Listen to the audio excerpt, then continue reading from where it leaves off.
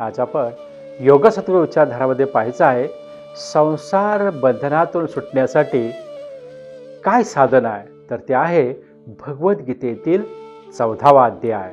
आपल्या विचारांशी जुळेल अशीच जीवनशैली आचरणात आणावी, म्हणजे थोडक्यात live a lifestyle that matches your vision. भगवान महादेवाने पार्वतीला सांगितले की संसार बंधनातून सुटण्यासाठी साधन असणारा अध्याय 14व्याचे नियमित श्रवण, मनन आणि चिंतन करीत राहिले तर आपल्या जीवनाला परमगती प्राप्त होते, असे वचन साक्षात विष्णू नारायणाने आपल्या लाडक्या भक्ताला दिले आहे. आज मी तुला पूर्वी सूर्यदेव आणि त्यानंतर स्वतः नारायणाने श्रीकृष्ण रूपाने अर्जुनाला गीता आणि जीवन मूल्य ज्ञान देताना सांगितलेला जो अध्याय आहे तो अध्याय म्हणजे 14. आता ऐका. श्री भगवान कृष्णदेव आपल्या परमप्रिय अर्जुनाला म्हणाले, ज्ञानातीलही अतिउत्तम ते परमज्ञान मी तुला आज सांगतो आहे. जे जाणलेले सर्व मुनिजन या संसारातून मुक्त होऊन परम सिद्धी पावले आहेत. हे ज्ञान धारण करून माझ्या स्वरूपाला प्राप्त झालेले पुरुष सृष्टीच्या आरंभी पुन्हा जन्माला येत नाहीत आणि प्रलय काळही व्याकुळ होत नाहीत. हे अर्जुना, माझी महद ब्रह्मरूप मूळ प्रकृती संपूर्ण भूतांची योनी म्हणजे गर्भधारणा करण्याचे स्थान आहे आणि मी त्या योनीच्या ठिकाणी चेतन समुदायरूप गर्भाची स्थापना करतो. त्या जड चेतनाच्या संयोगाने सर्व भक्तांची उत्पत्ती होते. हे अर्जुना, नाना प्रकारच्या सर्व जातीत जितके शरीरधारी प्राणी उत्पन्न होतात त्या सर्वांचा गर्भधारण करणारी माता प्रकृती आहे आणि बीज स्थापन करणारा मी पिता आहे. हे अर्जुना, सत्वगुण, रजोगुण आणि तमोगुण हे प्रकृतीपासून उत्पन्न झालेले तिन्ही गुण अविनाशी जीवात्म्याला शरीरात बांधून ठेवतात. हे निष्पाप, त्या 3 गुणांमधील सत्वगुण निर्मळ असल्यामुळे प्रकाश उत्पन्न करणारा आणि विकाररहित आहे. तो सुखासंबंधीचा व ज्ञानासंबंधीच्या अभिमानाने बांधतो. हे अर्जुना, प्रेमरूप रजोगुण इच्छा व आसक्ती यापासून उत्पन्न झालेला आहे असे समज. तो या जीवात्म्याला कर्माच्या आणि त्याच्या फळाच्या संबंधाने बाळतो. हे अर्जुना, सर्व देहाभिमानी पुरुषांना मोह पाडणारा तमोगुण अज्ञानातून उत्पन्न झालेला आहे असे समज. तो या जीवात्म्याला प्रमाद म्हणजे प्रमाद होय आणि आळस, झोप याने बांधतो. आळस म्हणजेच कर्तव्य कर्माकडे दुर्लक्ष करून निरुद्योगी राहावेसे वाटणे म्हणजे आळस. हे अर्जुना, सत्वगुण सुखाला, रजोगुण कर्माला तसेच तमोगुण ज्ञानाला झाकून प्रमाद करण्यालाही प्रवृत्त करतो. आणि हे अर्जुना, रजोगुण तमोगुण यांना दडपून सत्वगुण वाढतो. सत्वगुण व तमोगुणाला दडपून रजोगुण वाढतो.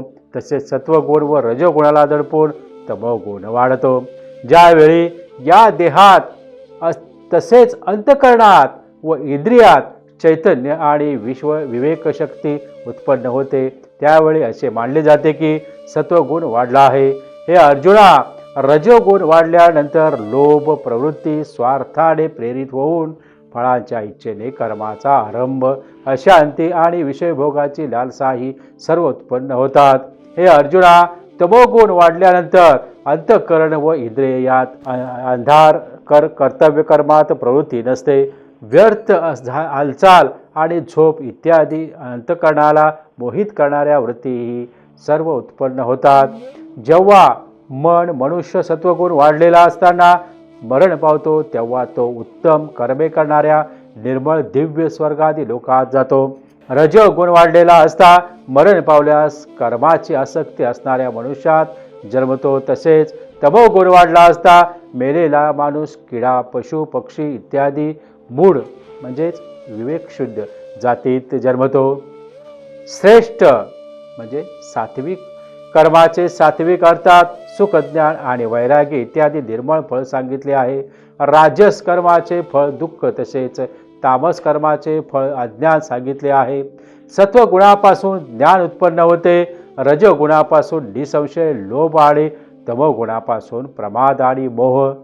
आता प्रमाद म्हणजे इंद्रियाच्या व अंतःकरणाच्या अर्थशून्य क्रिया आणि मोह अर्थात तमोगुण वाढल्यानंतर अंतःकरण व इंद्रिये यात अंधार, कर्तव्य कर्मात प्रवृत्ती नसणे, व्यर्थ हालचाली आणि झोप इत्यादी अंतःकरणाला मोहित करणाऱ्या वृत्ती ही सर्व उत्पन्न होतात आणि अज्ञानही उत्पन्न होते.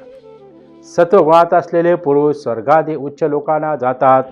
रजोगुणात असलेले पुरुष मध्य लोकात म्हणजे मनुष्य लोकात राहतात आणि तमोगुणाचे कार्य असलेल्या निद्रा, प्रमाद आणि आळस इत्यादी रत असलेले तामसी पुरुष अधोगतीला अर्थात कीटक, पशु इत्यादी नीच जातीत तसेच नरकात जातात. ज्यावेळी दृष्टा अर्थात समाविष्ट चेतनात एक भावाने रिक्त असलेला साक्षी पुरुष तिन्ही गुणाशिवाय दुसरा कोणीही करता नाही असे पाहतो आणि तिन्ही गुणांच्या अत्यंत पलीकडे असणाऱ्या सच्चिदाघन स्वरूप मला परमात्म्याला तत्वता जाणतो. त्यावेळी तो माझ्या रूपाला प्राप्त होतो. हा पुरुष शरीराच्या उत्पत्ती अर्थात बुद्धी, अहंकार, मन, 5 इंद्रिये, 5 कर्मेंद्रिये, 5 भूते, 5 इंद्रियाचे विषय अशा 23 तत्वांचे पिंडरूप हे स्थूल शरीर प्रकृतीपासून उत्पन्न झालेल्या 3 गुणाचे कार्य आहे. म्हणून या 3 गुणाला शरीराच्या उत्पत्तीचे कारण म्हटलं आहे. कारण असलेल्या या तिन्ही गुणांना उल्लंघून जन्म, मृत्यू, वार्धक्य आणि सर्व प्रकारच्या दुःखापासून मुक्त होऊन परमानंदाला प्राप्त होते. अर्जुन म्हणाला, या तिन्ही गुणांच्या पलीकडे गेलेला पुरुष कोणकोणत्या लक्षणांनी युक्त असतो आणि त्याचे आचरण कशा प्रकारे असते. तसेच हे प्रभू, मनुष्य कोणत्या उपायाने या 3 गुणांच्या पलीकडे जातो. श्री भगवान म्हणाले, हे अर्जुना, जो पुरुष सत्वगुणाचे कार्यरूप प्रकाश म्हणजेच अंधःकरण आणि इंद्रियामध्ये आळस नाहीसा होऊन जे एक प्रकारचे चैतन्य येते त्याचे नाव आहे प्रकाश. रजोगुणाचे कार्यरूप प्रवृत्ती आणि तमोगुणाची कार्यरूप मोह अर्थात निद्रा आणि आळस इत्यादी वाढल्यामुळे अंतःकरण व इंद्रियातील चेतन शक्तीचा लय होण्यास येथे मोह असं संबोधलं आहे. ही प्राप्ती झाली असता त्याच्या विषाद मनात नाही आणि प्राप्त झाले नाही तरी त्याची इच्छा करीत नाही. त्या प्राप्ती म्हणजेच जो पुरुष एका सच्चिदानंद परमात्म्याचे ठाई ऐक्य भावाने नेहमी स्थित राहून या त्रिगुणात्मक मायेच्या संसारापासून पूर्णपणे पलीकडे गेला, अशा गुणातीत पुरुषाला अभिमानरहित अंतःकरण, तिन्ही गुणाचे कार्यरूप प्रकाश प्रवृत्ती व मोहादी वृत्ती उत्पन्न झाली अथवा न झाला तरी कधीही इच्छा द्रुपदी विकार उद्भवत नाहीत. हेच त्याचे गुणातीत झालेले प्रधान लक्षण आहे. जो साक्षीरूप राहून गुणाकडून विचलित केला जाऊ शकत नाही आणि गुणवाचच गुणवंत वावरतात. आता गुणच गुणात वावरतात म्हणजेच त्रिगुणात्मक मायेपासून उत्पन्न झालेल्या अंतःकरणासह इंद्रियांचे आपापल्या विषयात वावरणे हे गुणांचे गुणात वावरणे असं म्हटलंय. असे समजून जो सच्चिदानंद परमात्म्यात एकरूप होऊन राहतो त्या स्थितीपासून कधी ढळत नाही. जो पुरुष निरंतर आत्मभावात राहून सुख दुःख समान मानतो, माती दगड आणि सोने याला सारखेच मानतो, ज्याला आवडती व नावडती गोष्ट सारखीच वाटते, जो ज्ञानी आहे आणि स्वतःची निंदा व स्तुती ज्याला समान वाटतात, जो मान व अपमान सारखेच मानतो, ज्याचे मित्र व शत्रू या दोघांविषयी समान वृत्ती असते, तसेच सर्व कार्यात ज्याला मी करणारा हा अभिमान नसतो त्याला गुणातीत म्हणतात.